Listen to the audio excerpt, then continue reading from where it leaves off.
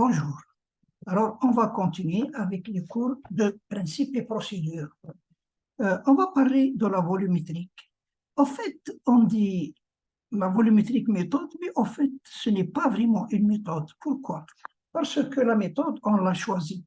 Selon le cas, selon la situation, on choisit une méthode pour contrôler une venue. On doit faire le stripping, par exemple, ou bien la weight and weight, ou bien la Dreher's méthode, ou bien autre. Mais la volumétrique, elle s'impose. Qu'est-ce que ça veut dire? Si vous avez une venue, vous fermez le puits et vous restez à ne rien faire. C'est-à-dire, le puits reste comme ça, vous n'y touchez pas. Eh bien, c'est lui qui va vous demander d'agir. C'est-à-dire que le gaz, lui, lorsque vous aurez fermé le BOP, le gaz se met à migrer. S'il migre avec le puits fermé, les pressions vont augmenter dans le puits. Si vous n'intervenez pas, vous allez fracturer. Alors, qu'est-ce que vous devez faire? Vous devez purger. Alors, le gaz migre, vous purgez. Le gaz migre, il augmente les pressions, vous purgez pour réduire les pressions dans le puits pour ne pas fracturer. Eh bien, c'est ça la volumétrique. C'est-à-dire que la volumétrique, tout simplement, c'est que lorsque le gaz migre pendant que le puits est fermé, lorsque le gaz migre, les pressions augmentent, alors il faut purger pour ne pas fracturer. Et c'est ça la volumétrique. Alors, quand est-ce qu'on utilise la volumétrique? C'est lorsque tout simplement on ne fait rien. Lorsqu'on ferme le BOP et on arrête, on ne fait rien. C'est-à-dire qu'on ne fait rien, il doit y avoir une raison. Ou bien on ne sait pas ce qu'on doit faire. Ou bien la garniture est bouchée. Ou bien elle est sifflée. Ou bien, je ne sais pas, vous n'avez pas d'énergie pour faire marcher les pompes. N'importe quelle situation, là, si vous perdez du temps, vous ne faites rien, et bien le gaz, lui, il migre. Alors, lorsqu'il migre, les pressions augmentent, comme on l'a vu précédemment, puisque le puits est fermé. Toutes les pressions, on a dit que toutes les pressions dans le puits augmentent de la même valeur. Cette valeur, c'est la pression hydrostatique, par exemple. C'est la pression hydrostatique, par exemple, le gaz est arrivé ici, vous allez avoir toutes les pressions dans le puits qui vont augmenter de la pression hydrostatique au-dessous du bouchon. Voilà. Donc nous lorsque le gaz migre, les pressions augmentent parce que le volume du gaz ne peut pas augmenter parce que le puits est fermé. Parce que s'il augmente, par exemple, si vous avez une venue de 1000 litres, lorsque le gaz migre, si le puits est ouvert, il va y avoir une expansion, c'est-à-dire les 1000 litres vont devenir, par exemple, 1500 litres.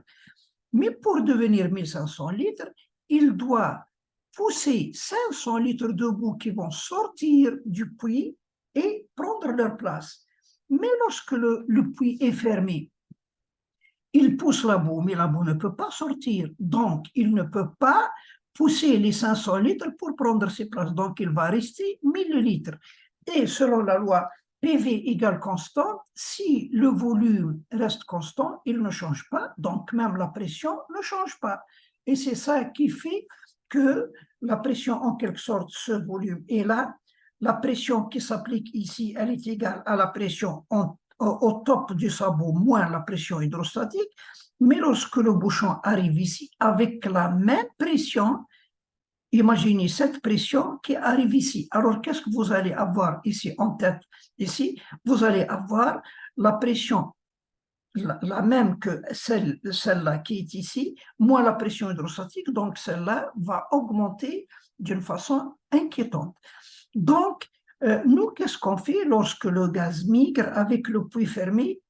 On voit les pressions qui augmentent. La pression en tête des tiges et en tête de l'annulaire. En fait, les pressions dans tout le puits, en tout point, augmentent de la même valeur. Par exemple, si vous avez fermé et vous lisez ici 20 bars et ici 30 bars au début, lorsque le gaz migre avec avec le puits fermé, donc le volume ne va pas changer. Donc là, vous allez avoir une augmentation par exemple, PT devient, au lieu de 20, elle devient 30, c'est-à-dire elle a augmenté de 10 bars. La même chose, PA va augmenter de 10 bars. La même chose dans toutes les pressions. La pression au fond va augmenter de 10 bars. La pression au niveau du sabot va augmenter de 10 bars. La pression ici, partout, va augmenter de la même valeur qui est égale à la pression hydrostatique au-dessous du bouchon. Voilà. Alors, nous, qu'est-ce qu'on fait lorsqu'on purge? Tout simplement, on purge parce que le gaz, lui, il veut se détendre. Et pour se détendre, pour que son volume augmente, il doit pousser la boue. Alors, nous, qu'est-ce qu'on fait lorsqu'on purge? On permet seulement à la boue de sortir pour permettre au gaz de se détendre. Donc, sa hauteur va augmenter, c'est-à-dire son volume va augmenter. Si son volume augmente, sa pression va diminuer. PV égale constant. Donc, le volume augmente, la pression diminue, c'est ce qu'on veut. Alors, il faut à chaque fois, on le laisse migrer avec le puits fermé. Là, on remarque que les pressions augmentent. Lorsque la pression s'approche d'une valeur inquiétante, on s'approche de la pression maximale admissible, alors là, on purge pour revenir à l'état initial. Seulement là, on purge. Hein? Lorsqu'on purge, qu'est-ce qu'il faut observer? Regardez. Là, je vous ai montré ça, j'ai représenté ça dans ce graphe.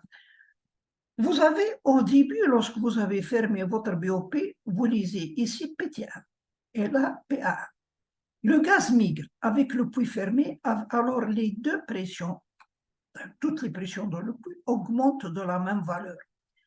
Si, par exemple, c'est-à-dire vous autorisez que cette pression augmente d'une certaine valeur, par exemple de 10 bars, avant d'arriver, si vous n'avez pas atteint la PA1, par exemple, vous le laissez augmenter de 10 bars, puis vous diminuez, vous purgez.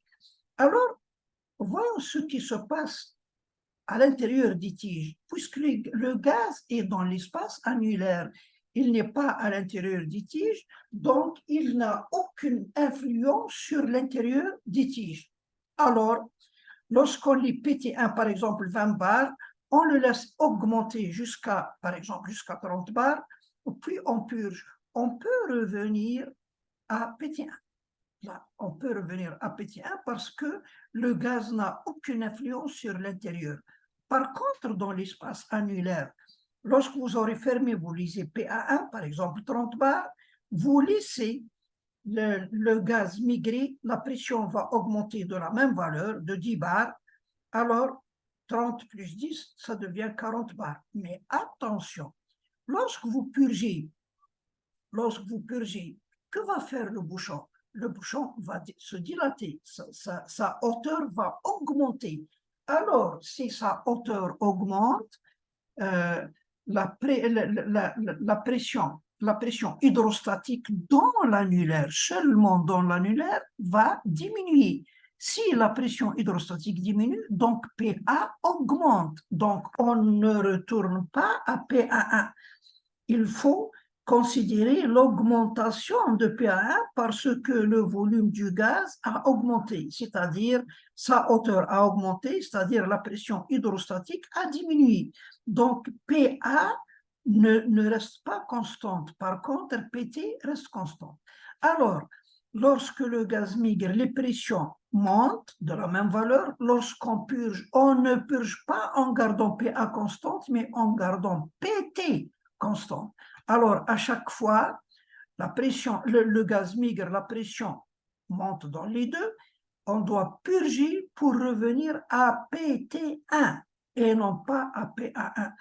PA1, à chaque fois que vous purgez, PA augmente. À chaque fois que vous purgez, PA augmente. Donc, il ne faut pas garder PA constante lorsque vous utilisez la volumétrique, lorsque vous purgez, mais il faut garder PT, la pression en tête des tiges constante, et non pas PA.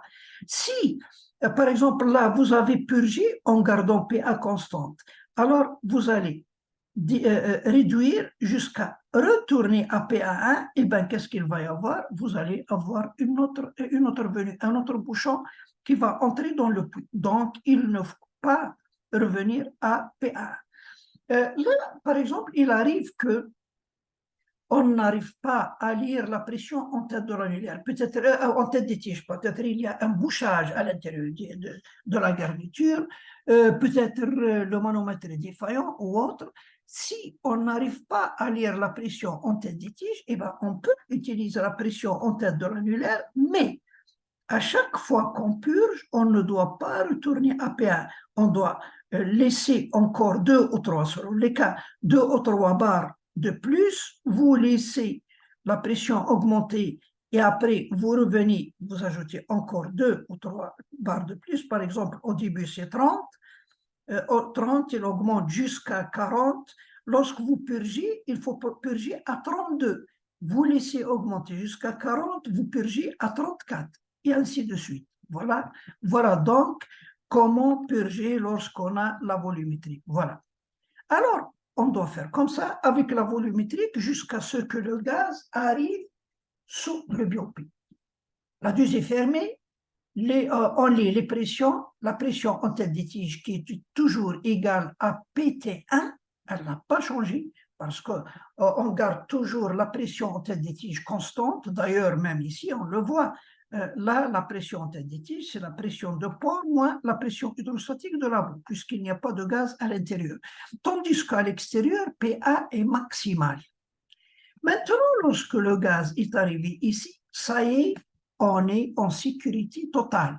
On n'a plus peur de la migration du gaz, donc on peut même lâcher la surveillance sur les pressions parce que le gaz, il est là, il ne peut plus migrer, donc il ne peut pas nuire à notre situation, c'est-à-dire que les pressions ne vont plus augmenter et on ne risque plus de fracturer. On est en sécurité totale. On peut attendre même des journées comme ça, si on exclut le problème du trou, parce que là, l'outil est au fond, il va y avoir des éboulements, il va y avoir la décantation de la boue qui risque de coincer la garniture, mais du côté well control, on est en sécurité totale. Rien ne va se passer maintenant.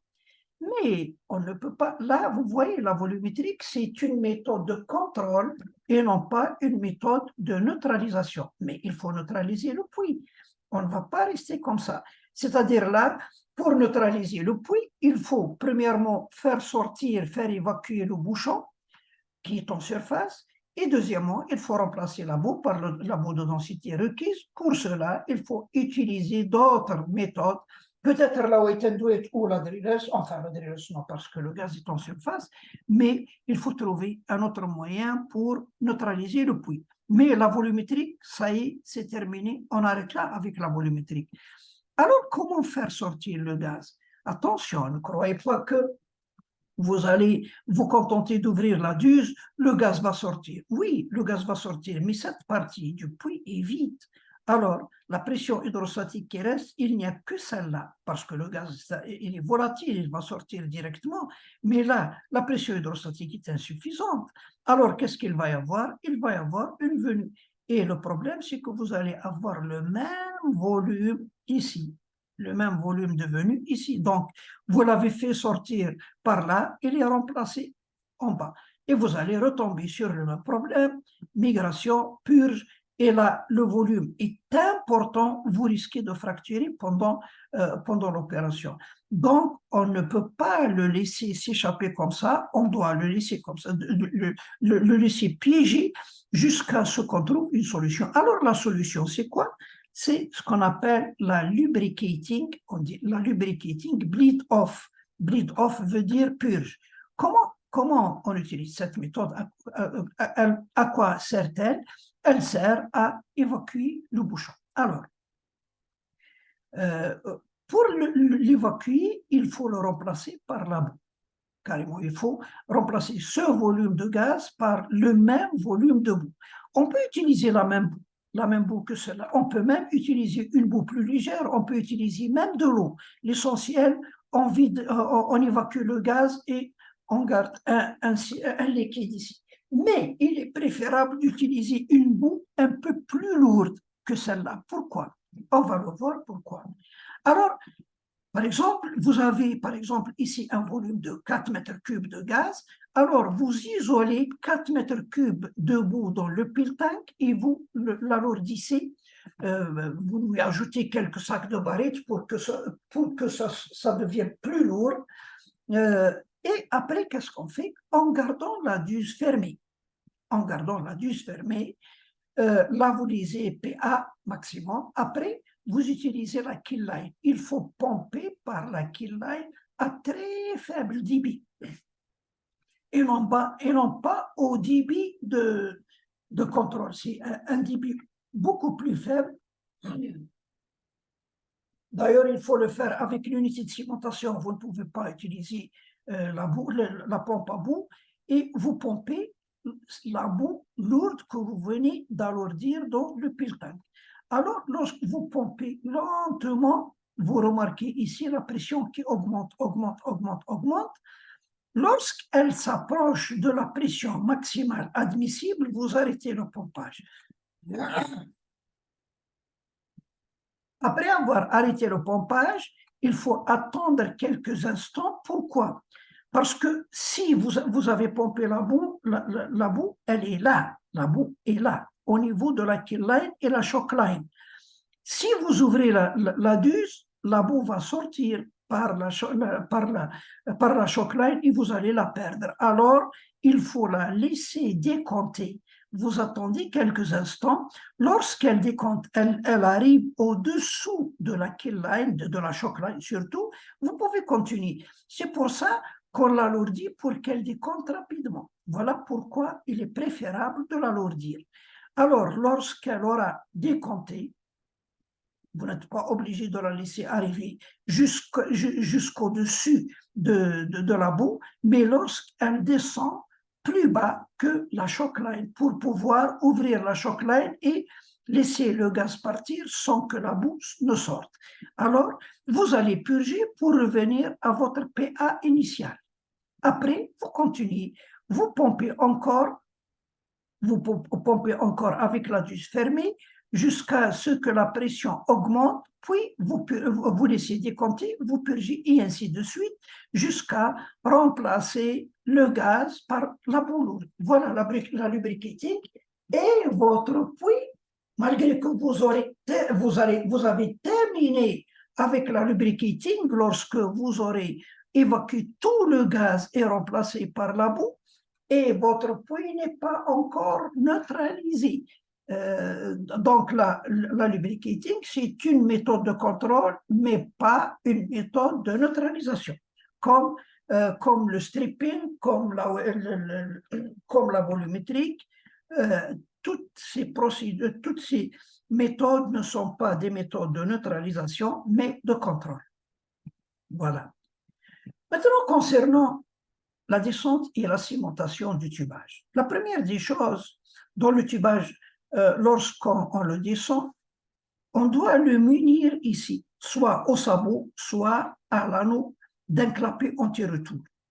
Il est préférable d'avoir le clapet dans l'anneau et non pas dans le sabot, parce que si vous le mettez dans le sabot, s'il y a un petit caillou qui entre, ce petit caillou peut bloquer le clapet anti-retour, il ne fonctionnera pas, il reste ouvert, alors que l'anneau, il est éloigné. Si un caillou entre, il n'arrive pas jusqu'à l'anneau. Voilà pourquoi il est préférable d'utiliser le clapet dans l'anneau et non pas dans le sabot.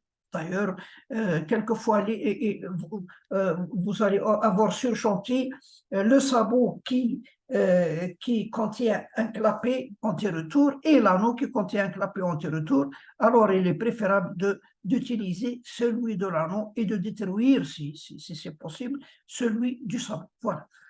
À quoi sert-il cet anneau, ce clapet anti-retour? Il sert à empêcher le ciment de revenir à l'intérieur du tubage à la fin de la cimentation.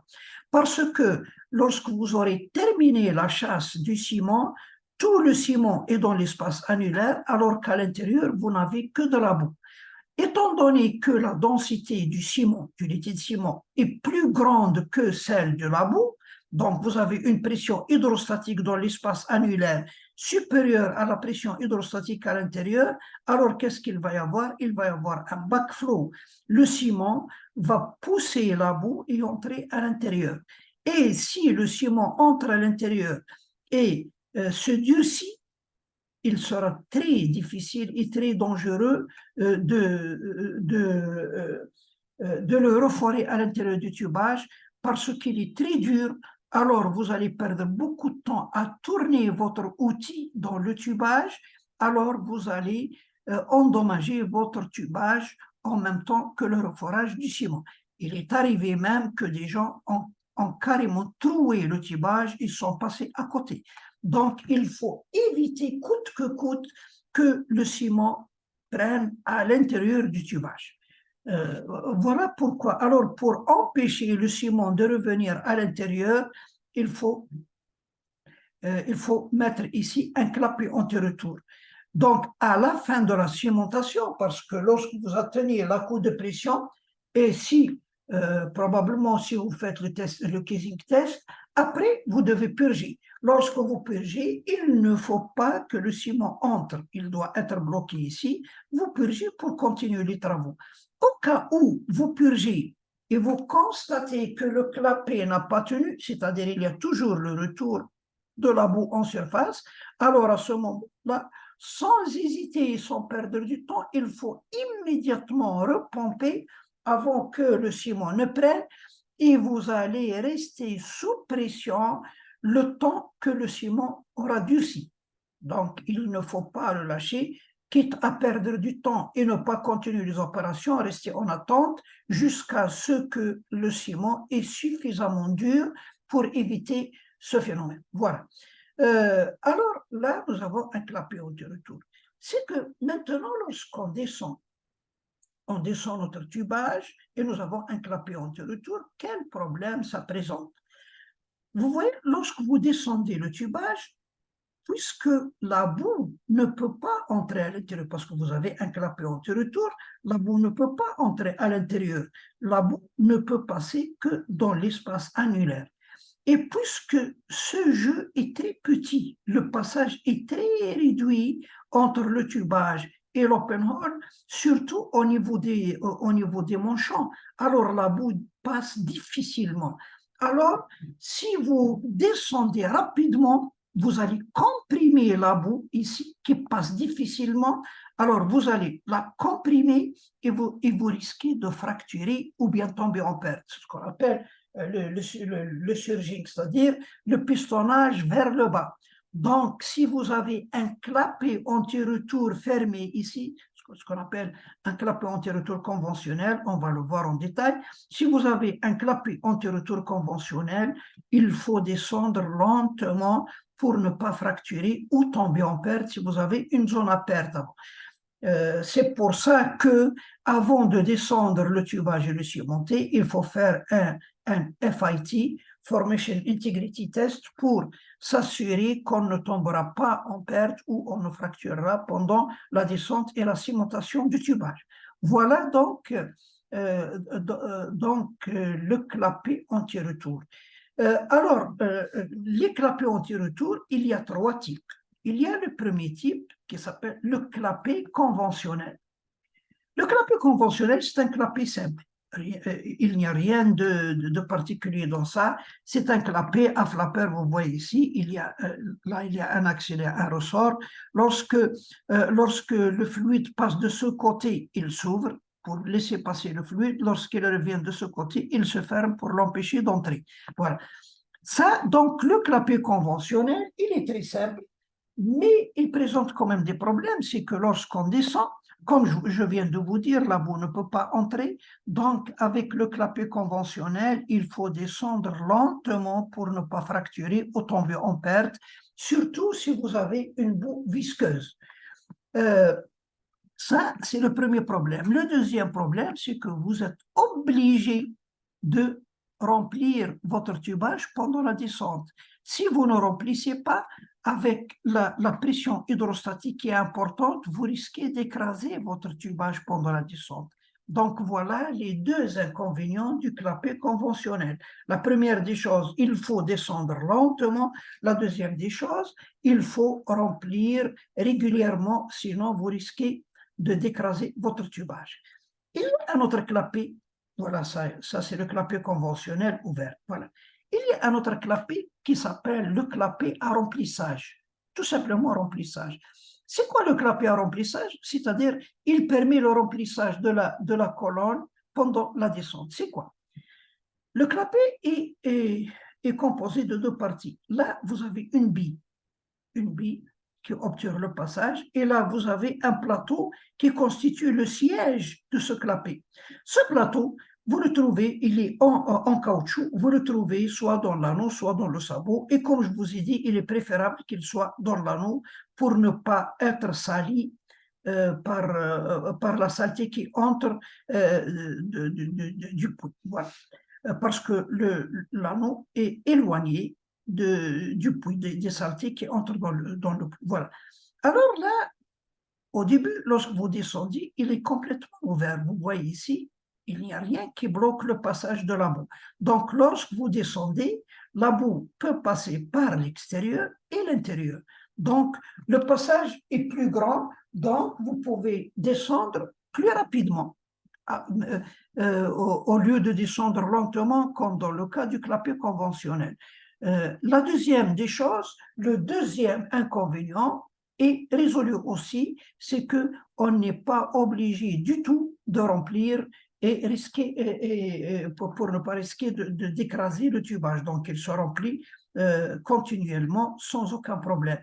Une fois arrivé au fond, et lorsqu'on veut commencer la cimentation, on doit envoyer une boule, là, une bille, pour activer le clapet. Vous voyez le clapet ici, ça c'est le siège. Il est en caoutchouc, c'est-à-dire qu'il est souple, il est déformable. Et vous voyez le trou ici, il n'est pas cylindrique, mais plutôt il est ovale, là, ovalisé comme ça. Là, il y a un grand trou, il y a un petit trou. Alors, on va lancer, lorsqu'on veut le convertir en clapet, en tir-retour, on va envoyer une bille à partir de la surface. La bille va venir jusqu'à ici, elle va siéger ici, elle ne passe pas par ce trou, il est plus petit qu'elle, mais n'oublie pas que c'est du caoutchouc, il est déformable. Alors, on l'a fait passer de force en appliquant la pression ici. Alors, en appliquant la pression, vous voyez, elle va déformer le caoutchouc jusqu'à ce qu'elle entre. Lorsqu'on arrête la pression, s'il y a un backflow, c'est-à-dire à la fin de la cimentation, le ciment passe de ce côté, mais la bille ne peut pas sortir pour deux raisons. La première raison, vous voyez ici. Ici, à cause de la forme, vous voyez la forme biseautée du trou, elle est biseautée, elle n'est pas cylindrique. La partie en haut est grande, tandis que le diamètre inférieur est plus petit. Donc, lorsque la bille entre, ici, lorsque la bille arrive ici, il faut la pousser. Alors, lorsqu'on la pousse, vous voyez le trou, il s'ouvre pour laisser passer la bille. Mais une fois que la pression arrive d'en bas, vous voyez, là, la bille va rencontrer le petit trou ici qui est difficile à laisser passer la bille. En plus, là, on va appliquer une pression à partir de la surface suffisante. On doit pousser jusqu'à ce que la bille passe. Tandis que ici, nous, on n'applique aucune pression. Qui est-ce qui applique la pression? C'est le ciment. Alors, la pression hydrostatique à l'extérieur va pousser en bas, la pression de la boue va pousser en haut. Alors, quelle est la pression qui va pousser? C'est la pression différentielle, c'est-à-dire la différence de pression entre la pression hydrostatique du ciment et la pression hydrostatique de la boue. Elle n'est pas suffisante pour écarter carrément le trou et laisser repasser la bille. Donc, elle n'est pas suffisante, donc la bille reste coincée ici. Voilà. Donc, voilà ce qui s'appelle le clapet à remplissage. Donc, ça, son avantage, c'est quoi? C'est que on ne risque pas de descendre on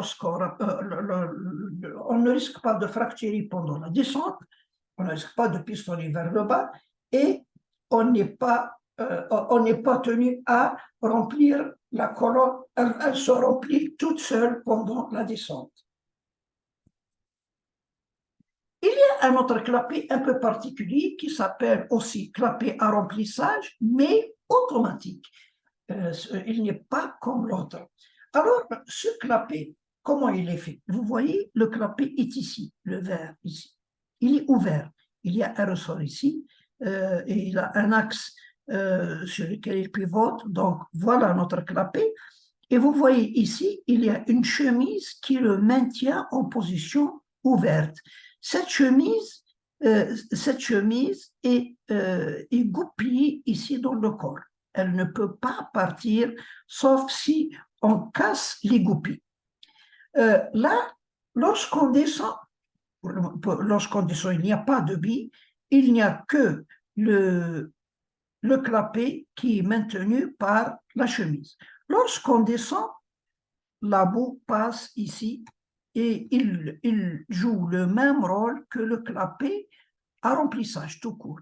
Mais pourquoi automatique? Parce qu'il a un système qui lui permet de se remplir uniquement à 90%. C'est-à-dire que lorsqu'il remplit, il ne remplit pas toute la colonne, il laisse 10%. Pourquoi on l'utilise? Là, on l'utilise lorsque la colonne est trop lourde, alors on l'utilise pour alléger la colonne, parce que là, lorsque une partie n'est pas remplie, la poussée d'Archimède est grande, donc la poussée d'Archimède va réduire le poids de la colonne. Voilà pourquoi on l'utilise. Et quelquefois, si on a besoin de encore alléger la colonne, on utilise deux clapets anti-retour, l'un au sabot, dans le sabot, et l'autre dans l'anneau. Et puisque un clapet à remplissage automatique remplit la colonne à 90%, deux clapets la remplissent à 90 fois 90, c'est-à-dire 81%. Donc, ils vont alléger davantage le poids de la colonne. Voilà. Alors, comment on peut le convertir? À la fin, lorsqu'on va faire la cimentation, on envoie une bille. Bon, lorsque la colonne arrive en surface, là, puisqu'on n'est pas en manœuvre, on peut la remplir complètement. Ça y est, maintenant, on est au fond. Alors, on envoie une bille et on doit pousser avec la boue. C'est pour ça que je vous dis, on est obligé de remplir les 10% qui restent. Alors, on va pousser la bille avec de la pression. Alors, la bille, puisqu'on l'a envoyée, elle va se poser sur la chemise. En poussant, les goupilles de la chemise vont se casser et la chemise va glisser en bas. Lorsqu'elle glisse, la bille et la chemise vont partir en bas et le clapet se ferme. Et là, on peut cimenter sans avoir le retour. Le problème qui représente le remplissage à 90%, c'est si vous avez un réservoir à gaz ici. Si vous avez un réservoir, là, avant, quelle est la pression hydrostatique qui s'applique sur ce réservoir? C'est la pression hydrostatique totale. Si vous êtes à 3000 mètres, vous avez une colonne hydrostatique de 3000 mètres.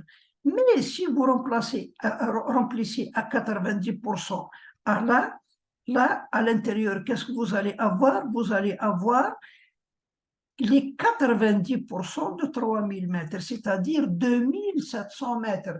C'est-à-dire que la colonne hydrostatique est réduite de 300 mètres. Alors, ça peut provoquer une vue. Donc, attention, en général, on ne l'utilise pas lorsqu'on a un réservoir. Au lieu d'utiliser ça, lorsqu'on a un réservoir, pour alléger le poids de la colonne, il est préférable d'alourdir la boue, parce que si la boue est lourde, le facteur de flottabilité là est grand, donc elle va s'alléger un peu et non pas utiliser ce type de clapet. Ce type de clapet n'est utilisé que lorsqu'on n'a pas de réservoir. Il nous reste maintenant les puits horizontaux. Attention, je ne parle pas du puits dirigé, d'un forage dirigé ou dévié, parce que le forage dirigé, il est comme ça, tandis que ça, c'est horizontal. C'est 90 degrés ou même plus. Vous le trouvez horizontal ou bien même s'il est incliné vers le haut, parce qu'il y en a qui ont un drain plus que horizontal, carrément. Alors, si vous avez une venue dans un puits horizontal, il faut savoir, la première des choses, vous avez une venue. Comment vous détectez la venue? C'est en analysant ou bien en comparant les volumes. Vous allez remarquer que vous avez un gain dans le bac actif. Donc, c'est ça qui vous dit que vous avez une venue. L'alarme va se déclencher. OK.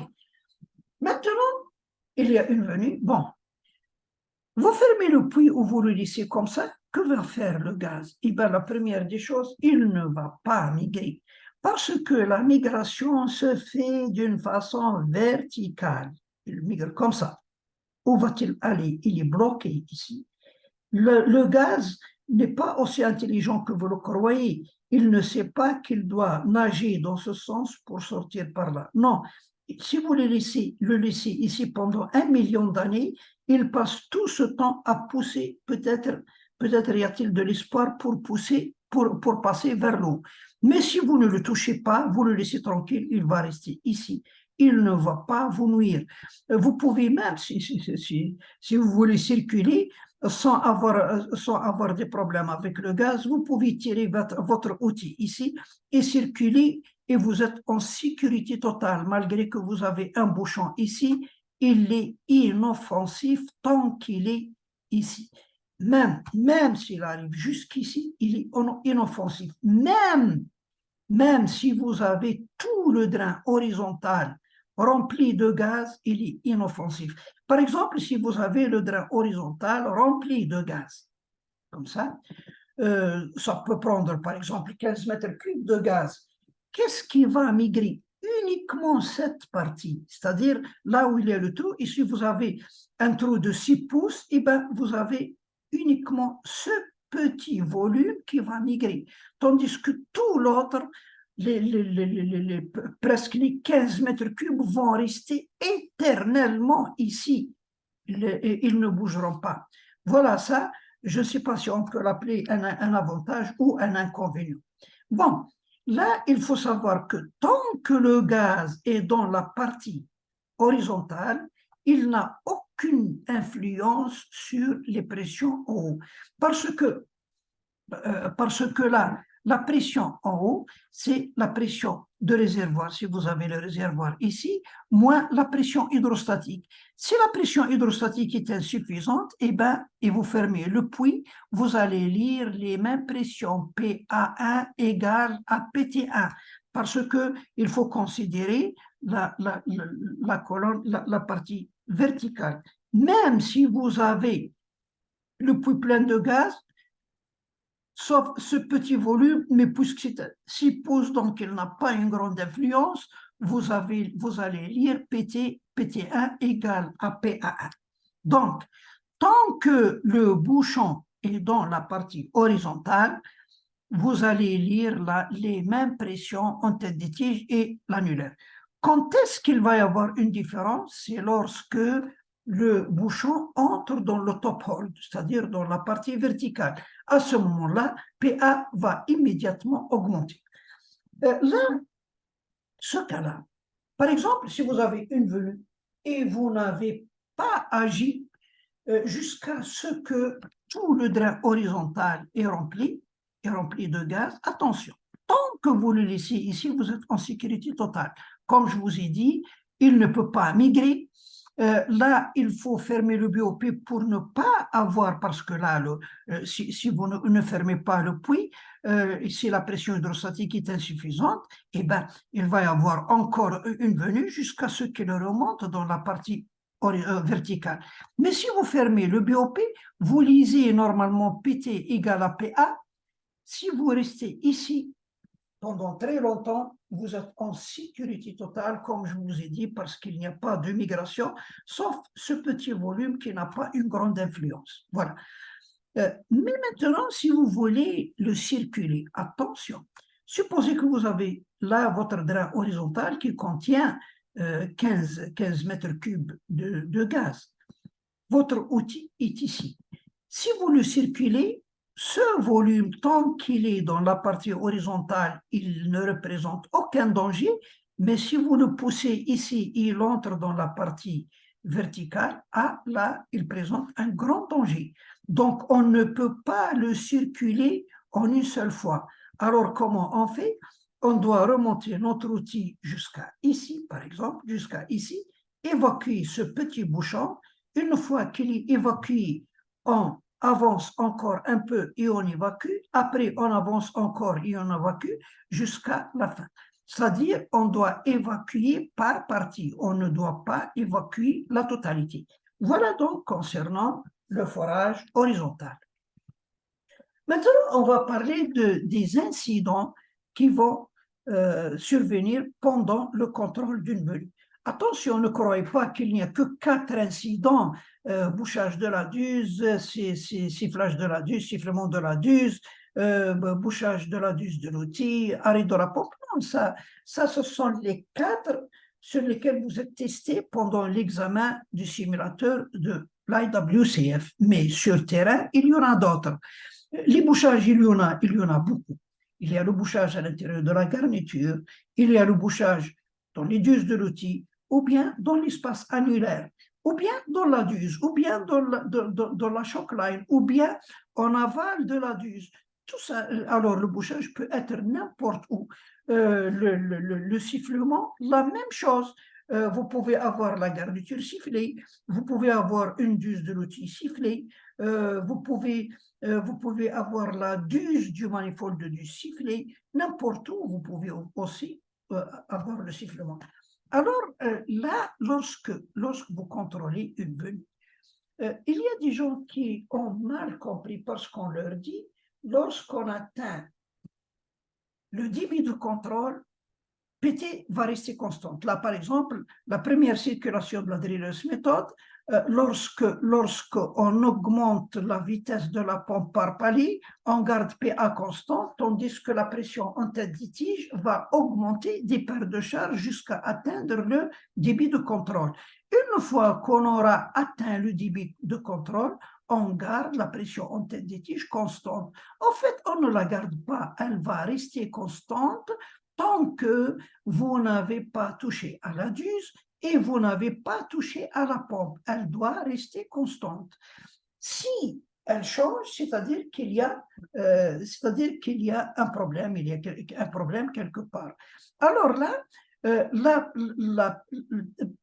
pression tête de tige va rester constante lorsqu'on aura atteint le débit de contrôle et on n'a pas touché à la duse et à la pompe, tandis que la pression en tête de l'annulaire va augmenter parce que le gaz est en train de, comment dire, son volume est en train d'augmenter, donc la pression en tête de l'annulaire va augmenter, c'est tout.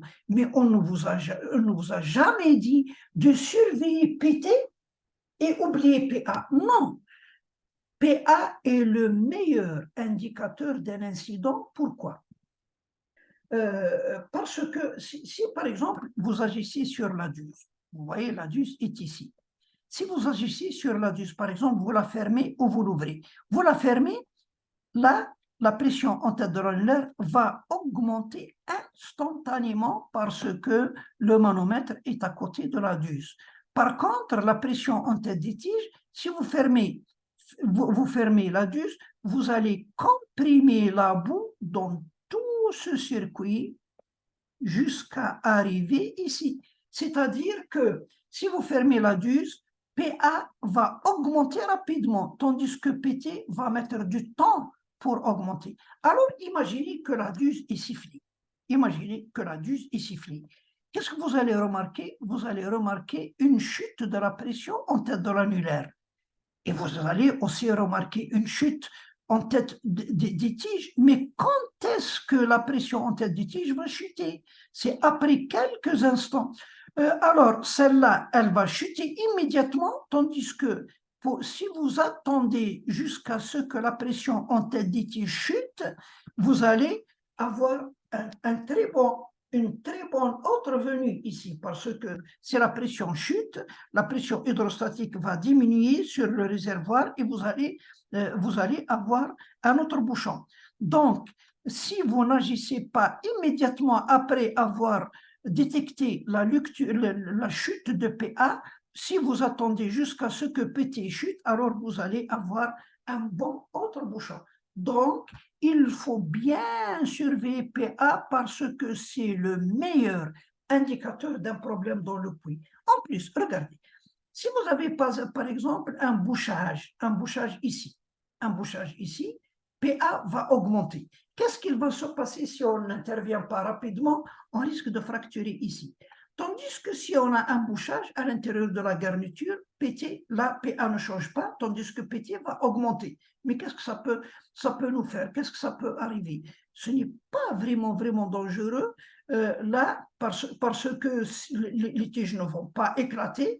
Si on voit que la pression a atteint une valeur inquiétante, on risque d'éclater par exemple le flexible d'injection. À ce moment-là, on arrête et on doit faire. Mais là, si la pression en tête de la lueur augmente d'une façon alarmante, alors on risque de fracturer. Et si on fracture, on aura une éruption interne qui est vraiment très délicate. Donc, PA, gardez en mémoire que PA est le meilleur indicateur de l'incident. Bon, alors, s'il y a un bouchage avant la duse, à partir de ce point-là, c'est-à-dire avant le manomètre ici, s'il y a un bouchage dans ce circuit, on va remarquer une augmentation de la pression en tête des tiges, mais PA reste constante. Parce que PA ici, elle indique uniquement les paires de charge à partir de ce point. Tandis que PT, elle donne les paires de charge à partir de ce point. Parce que PT, c'est PT1 plus les paires de charge. Les paires de charge à partir de ce point jusqu'au tamis vibrant, jusqu'au box du tamis vibrant. Donc, ça, c'est la pression en tête des tiges. Donc, s'il y a un bouchage en amont de la duse, c'est PT qui va augmenter, donc puisque PA ne se soucie de rien. Tandis que s'il y a un bouchage après la duse, par exemple ici, les deux vont augmenter. Mais PA augmente avant PT. Voilà. La même chose lorsque vous avez un sifflement. Si le sifflement est avant la duse, c'est PT qui va chuter alors que PA reste constante. Tandis que s'il y a un sifflement après la duse, eh ben, les deux vont diminuer. Voilà. Là, la première partie du cours, c'est-à-dire les principes et procédures, sont terminés. Je vous remercie de votre attention. Le prochain cours sera le premier cours sur les équipements. Merci.